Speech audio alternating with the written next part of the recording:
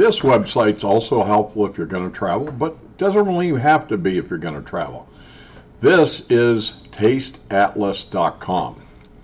And basically when you go to tasteatlas.com, what it does, it gives you all the different countries in the world, and you can get to select on them, and you'll see some of the more popular foods. You're going to be able to find out where you can find those foods.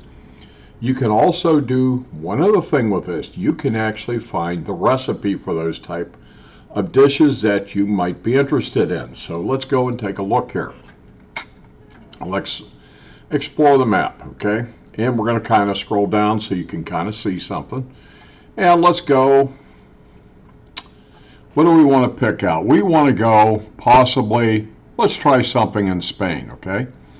So let's go to Spain, select something, and you can list the ones that are near you, put in your address and so on, destinations, the different foods that are available, and one of the things you may really be interested in is the actual recipes for these different type foods. Hopefully this is one of these videos that actually is going to help you.